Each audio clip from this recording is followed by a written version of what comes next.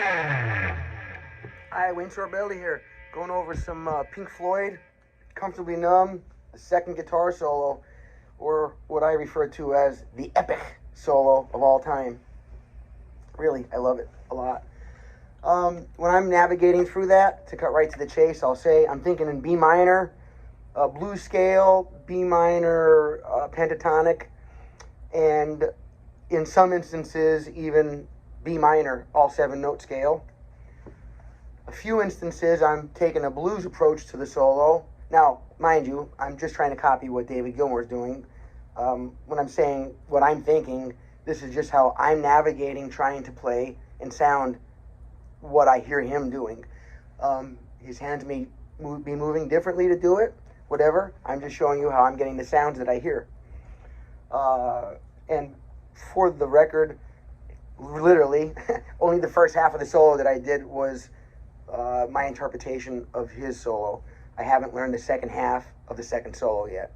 So I'd listened to that song and live versions of it so many times that I'm sure that even though I'm only saying that I'm making that up at the end, it's probably very heavily influenced off of what I've heard on his live versions. Just a few minutes ago, I was telling my wife, do you remember that cool CD I had when I was younger? It was called Pulse. It was where I learned the live version of this song, which I loved better than the recorded version. Of course, I like all the live versions better, usually. And the CD had a little light that pulsed on it until the battery died. Lasted about 5 or 6 years or something. We replaced it, though. I found out how to change the battery. Anyway, onto this. Thinking in the B minor. Now, the solo number 1 for Comfortably Numb, that's the chord progression for the chorus. So that's D to A, and then C to G, you know. And then, and that's where the first solo, which I have another video for, and I'll link it in the description below for you if you want to check that out. That's the solo number 1, if you haven't already. So in this solo, the chords are the verse chords, okay? Exactly the same, they don't change. B minor, then A major, G, F sharp, E, and the F sharp, often not hitting a whole chord. I just hear him walking with a power chord sometimes, and as well just one note.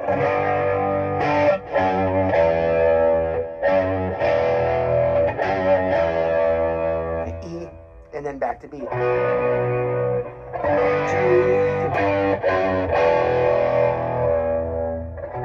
back to B.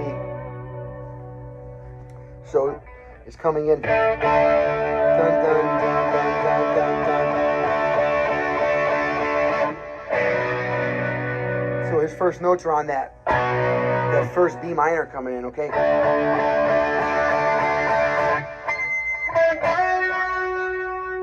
Pulls the typical Gilmour. I hate to say that, but you know, it's just typical. He starts a lot of his solos with that same kind of an idea, which I love. Inside of this B minor pentatonic shape. So inside that B minor pentatonic shape on the G string, right? I'm doing a little pinch harmonic there if you know how to do that. You know, literally pinch down on your pick. That's why they call it a pinch harmonic. And then it'll give you that harmonic sound instead of... Yeah. When I pinch down, I like to angle my hand forward a little bit. Changes the angle of the pick to the string, and I get a little squeal out of it. And that's, if you guys know the album version for sure, he always cuts in with that, I mean, you know.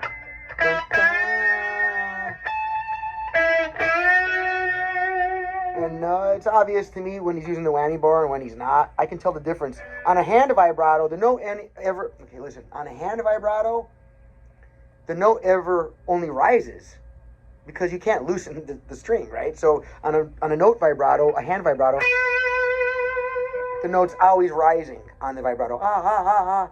On the whammy bar, it's almost always the opposite. At least with Gilmour, he's always dipping the note. So whenever I hear a note going under the note, I can tell he's using the bar, you know?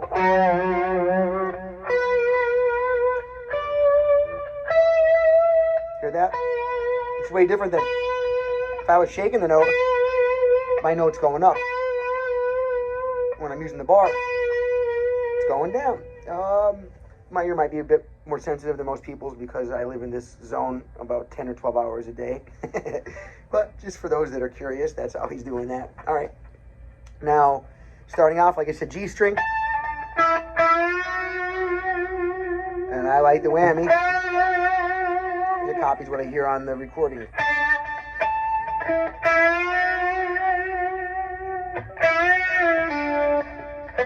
Okay, so first three notes. Right, then. Yep.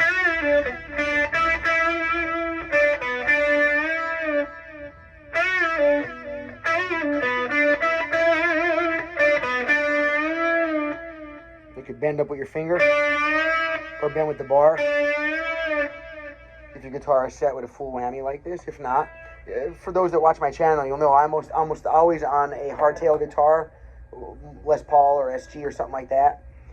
And I don't really use whammy bar guitars all that often. When I do, I tend to just use the bar the whole time. I can't help it. It's like a new toy.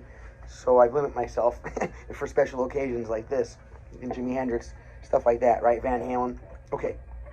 Now,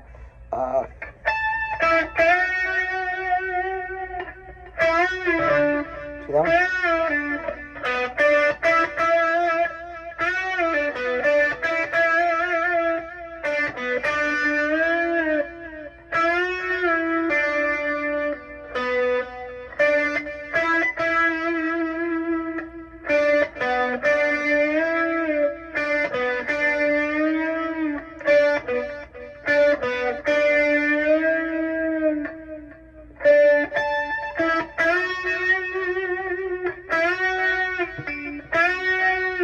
So I'm doing that, you bend it up, and you still hold it and let the note release, and you're hearing a note going up and back down. It's not it's back up. Right, and then pull off.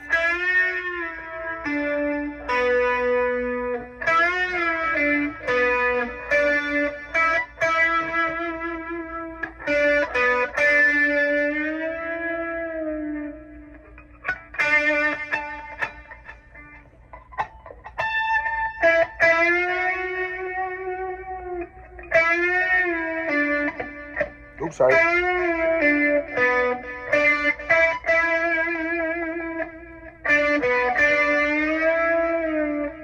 That's some serious stuff right there. I mean, if you work on that note for note like I did, you know, the rewards are just unbelievable. You really start to understand how to make the guitar talk for what you can do. You know, it's what it's about.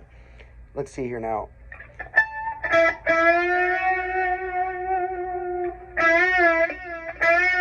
So I'm doing that back up. So up, back down, pull off, and then I hit the string above it, you know, back on the A string. The D string. B note, that's my root. Back up again. Back up that G string.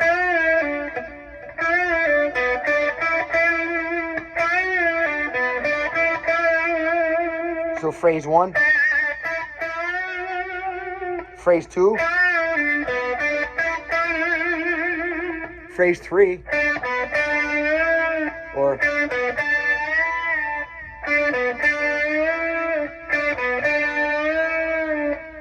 you got that. Now phrase 4. I'm walking right into my little, it depends how you're thinking about it. D major, right? Which is B minor. So I'm just staying in minor in my mind. You know, I like playing off that blues scale, the blues A minor box kind of. So this is like my satellite 1 off of that main box. Satellite 1. This is my root. So I walk into that pattern.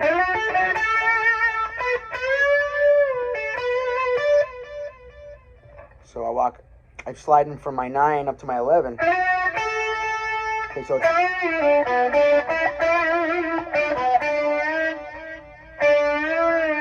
coming out of that. Now remember phrase 4.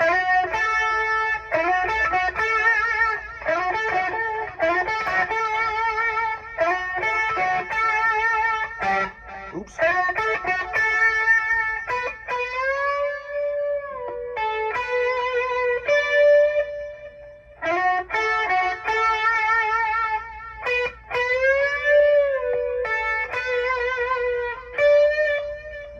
Get right on top of the camera here for you. Now you know I'm working this little pattern here. Okay, the root note B is right here. Okay, right on that pattern.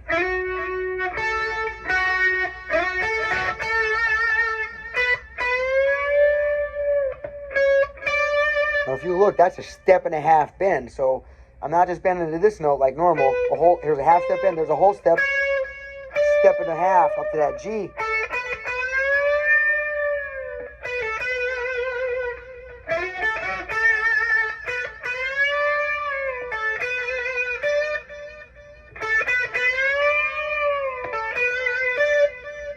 And I give a little tiny bend here, either with the bar or with my hand, a little flick.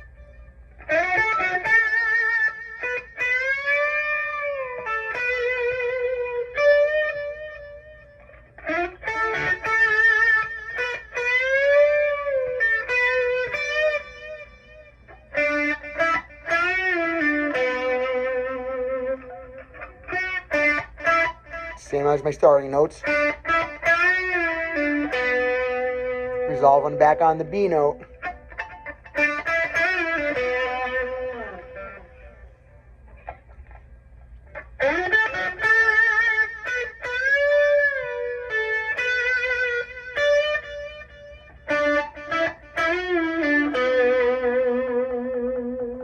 Then I love this descending note stuff. Right with inside the scale, okay? Right inside of there, starting on my B string though, on my A note, okay, 10th fret.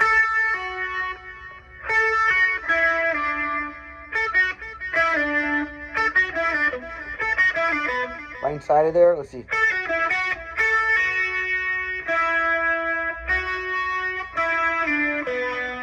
So you can break it up into one small phrase like this.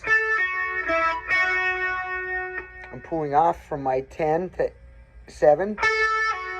9 on the string above and on my G string, right? On my E note. Pull off. G string, back to my B string. Let me get here, we can see both hands. There we go. Do like this. Yep. And then the next phrase on the G string. Get some whammy bar in there. On the root note B.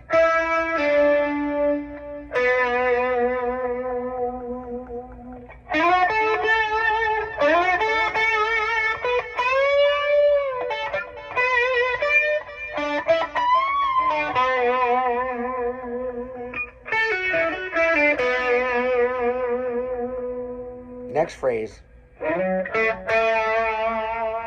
That's it, right inside that box. Right here, right? From 7 to 9. 7.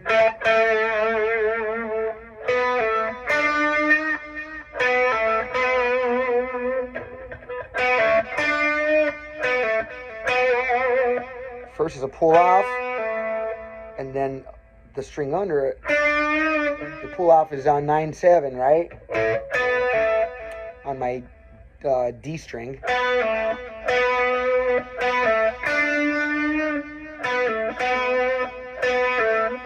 Bend on the G string, 7th fret, back to my D string.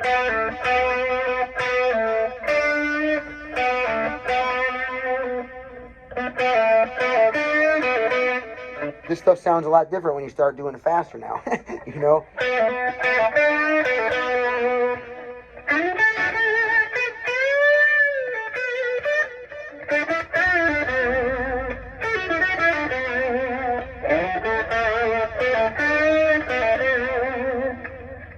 Then my favorite phrase, always since I heard the song.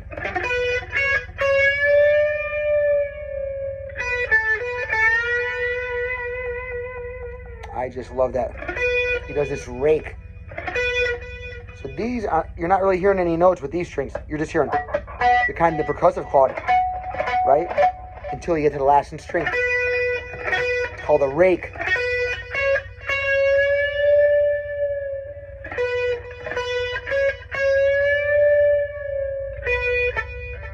Sorry.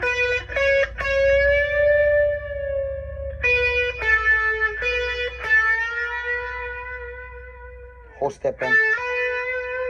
So I'm bending that, up a whole step, right?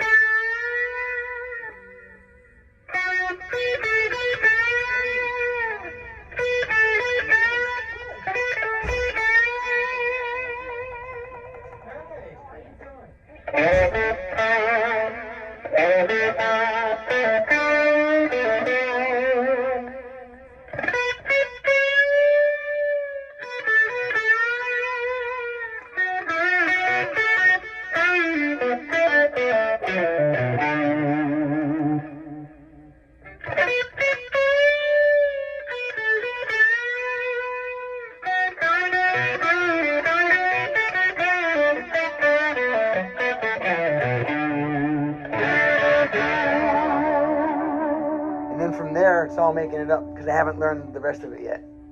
All right, Wayne Sorbelli saying, hit the subscribe button, please, the like button. And how do I always say that? Pick well, strum happy, and smile often. Thank you very much. Bye-bye.